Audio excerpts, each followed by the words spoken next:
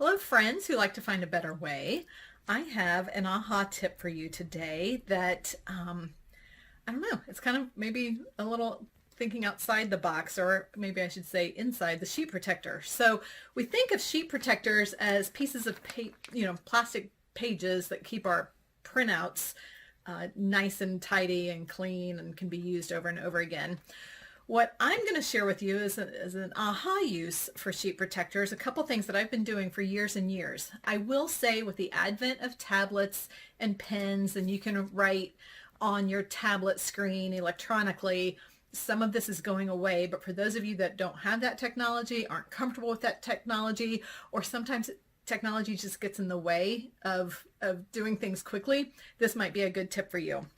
My first example is putting just a blank piece of paper inside of a sheet protector. And then, for example, I meet with clients all the time and I'm helping them draft out processes, either writing processes that exist and getting them captured, getting them out of heads and onto paper, or it's a new process altogether and we're trying to map out the process flow. So with a little white erase marker, is that what they're called, dry erase marker, I can kind of sketch that out as we're talking. It's super easy to come back and make changes, because inevitably that will happen as I'm working with someone. They'll realize, oh wait, there's a step we do before that. And I can easily, with my dry erase marker, put that in where it needs to go and rearrange things. So I've carried these around in my backpack for years as a great way when we don't have a whiteboard available to us in the room, as a great way of having a whiteboard available to us.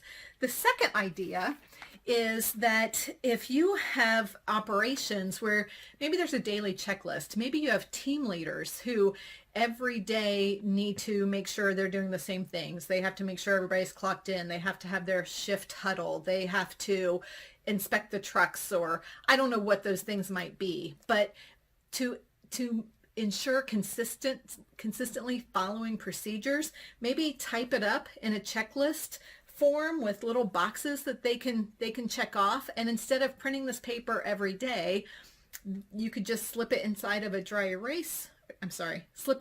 sheet protector and have a dry erase marker close, so that as they do those things, they can check them off, making sure they got it done. And then if somebody else, they can see what still needs to be done for that day. So for example, here's my little YouTube checklist. Whenever I do a YouTube video, there are certain things that always have to be done regardless of what the video is. This is my little checklist for ensuring that consistency. And I can slip it in a sheet protector and check things off as I go. So sorry for the stumbling. I guess I tried to squeeze a lot in a short amount of time, but I hope that helps.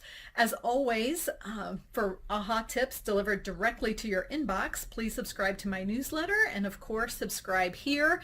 If this was an aha tip for you, I'd love for you to leave a comment or at least like this video. And until next time, I hope this helps.